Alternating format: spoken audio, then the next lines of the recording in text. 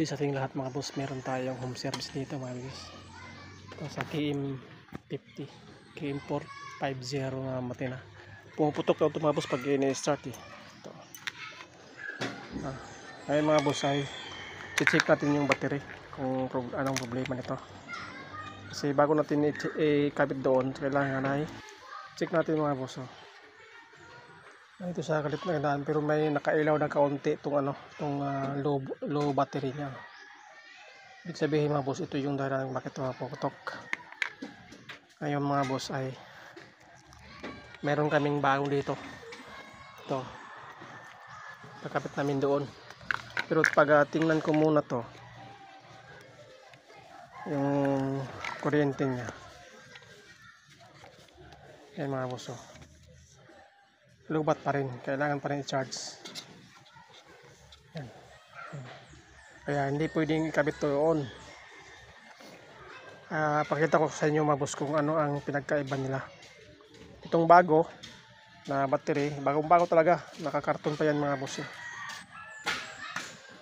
Nakalubat na.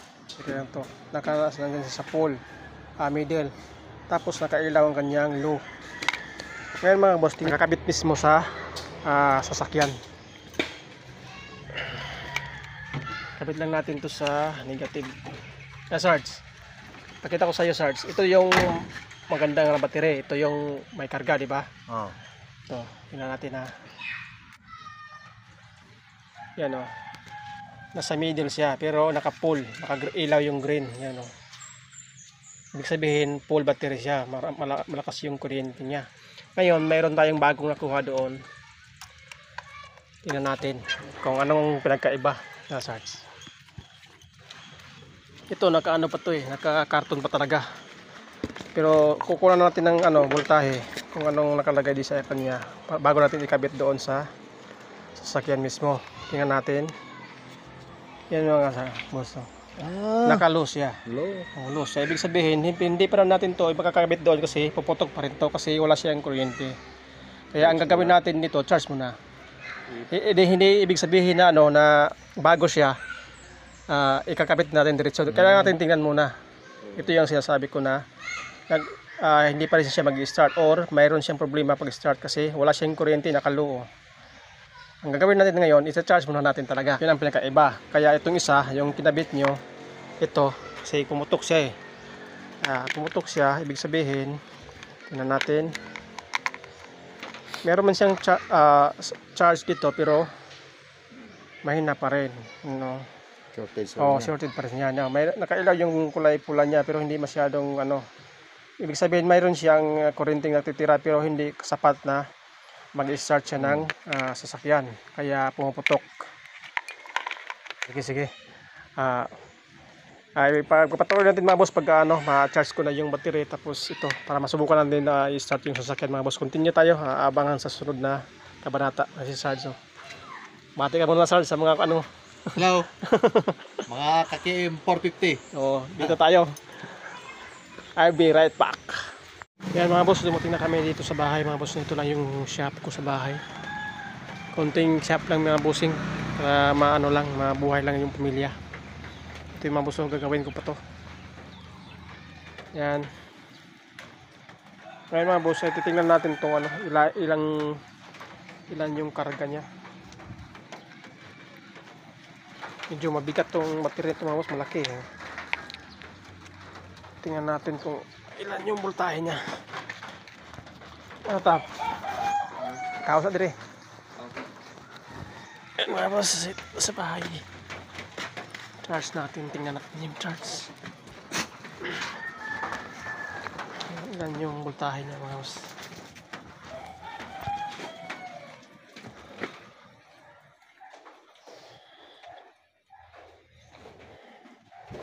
Mga tab.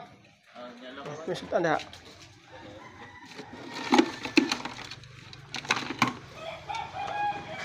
Ayan boss, charge muna natin to. Kasi yung bago doon, tingnan natin, ganun pa rin Kailangan pa rin i-charge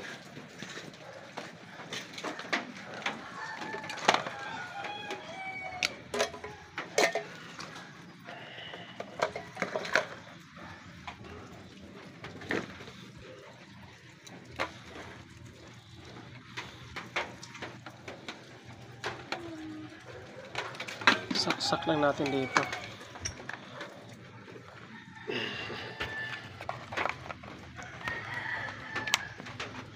Yan.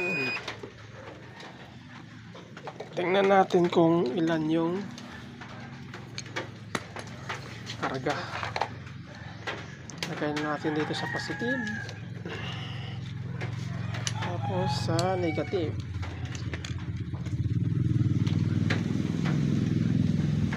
Yan. Lagay natin yung karga. Lagay natin sa battery. Yan. 12. Pero wala siyang kuryente, oh. Lobat na lobat to. Wala siyang bar. Pero meron siyang 8 amperes 12.7. Yung kanina sakto tong reading natin doon. Pero meron siyang 12 pero lobat na lobat siya. Wala siyang kuryente talaga na sapat na mapa-start yung sasakyan. Yan mga boss, update ko lang kayo mga boss pag ma-full charge na to. Tapos balik tayo dun sa sasakyan para masubukan natin kung ito ba talaga yung may problema or may iba pang problema yung sasakyan na yun mga boss. Yan mga boss, na full charge ko na to kahapon. Halos isang 10 hours tong naka-charge. Pero full na to. Ngayon mga boss ay kakabit na namin doon sa sa 4M50 to.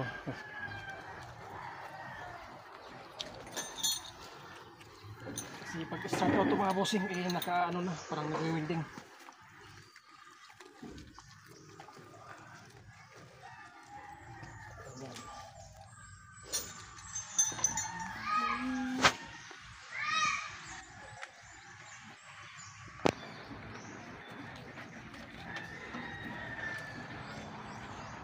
Ay nag-spark na sila agad kung mayroon siyang problema sa or may grounded.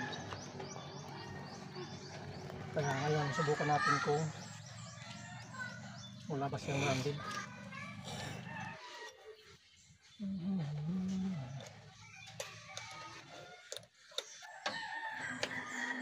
Kabit ng mga tornilyo para hindi siya magsishort.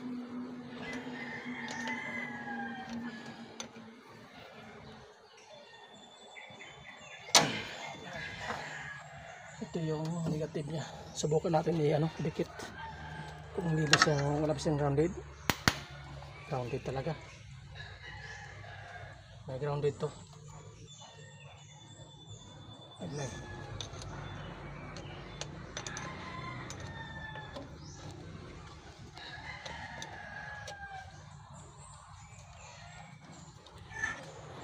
Ngayon mga boss, subukan kong ibalik ka rin.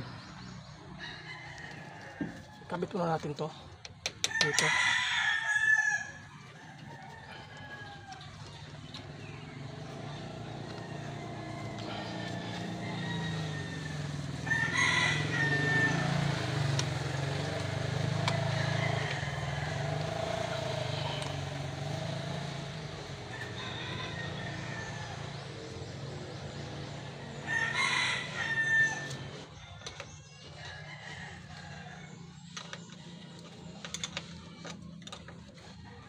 Tapos subukan natin ulit kabila naman.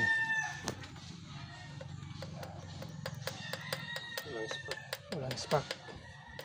Ibig sabihin mga boss, ito yung tama. Wala siya, hindi siya nag-spark.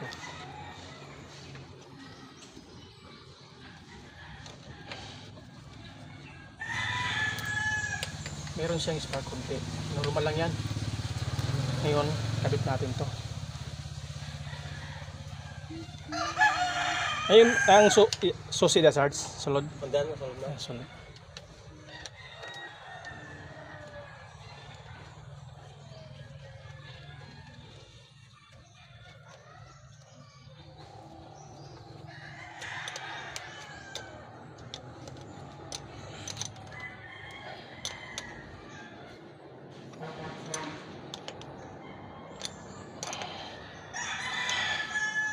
Binaliktad kong wire mga bossing, yung dong sa positive dati nilagay ko dito sa negative kasi nag-i-spark mga bossing pagka kabit ko nitong negative.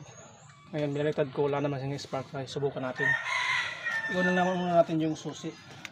Kung nag-iinit ba.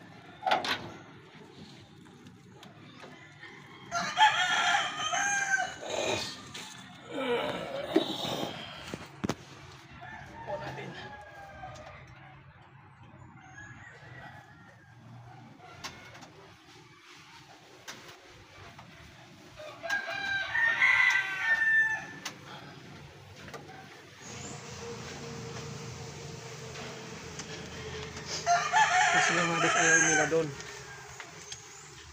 Kaya titingnan ko ngayon kung ano itong wire na to. Kasi hindi sila kailaw doon. Hindi sila kailaw sa kabila. Ayan mga boss, ito na yung continue natin. Hindi ko na videohan kasi medyo nahirapan ako sa wiring niya mga boss. Okay na itong mga wiring dito. Ang problema lang pala mga bossing ang nakita ko kaya dito. Talagang binaybay ko yung wire nila dito mga bossing sa sa starter. Kasi ang problema kasi dito mga boss kasi pag start nyo ay puputok yung battery. Kasi itong wire na to mga bossing, itong wire na to dito to nakakabit sa live dito, itong live na to mga boss. Galing yan sa battery itong wire na to napunta ng starter. Yan napuntang starter yan. Ang nangyayari kasi mga boss, itong body ground na to napuntang starter yan. Itong body ground na to napunta yan dito sa chassis. Yan, dito yan na nakalagay. Ang kanina kasi mga boss, ang nangyayari ito dito na nilagay itong puntang starter. Yan. Kaya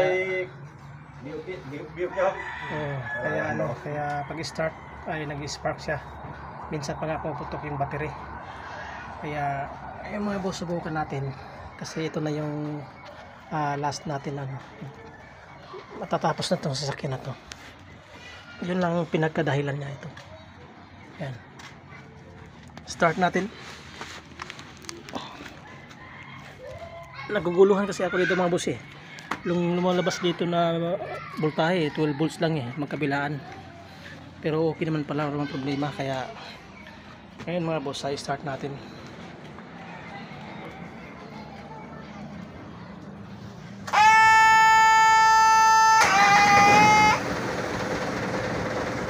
Yan mga boss, at okay na yan, start na siya. Wala na lang sa bato kasi pumutok yung relay.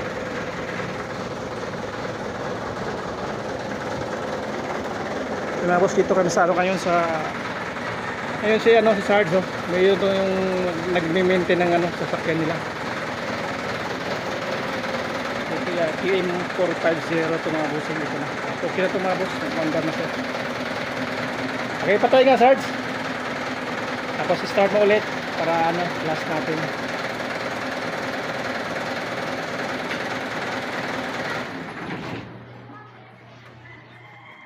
Okay, start.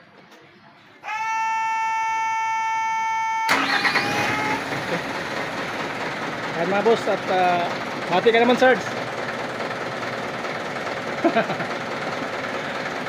Thank you, simula na mga boss. Ito na yung last natin mga boss, at thank you. At job done na tayo.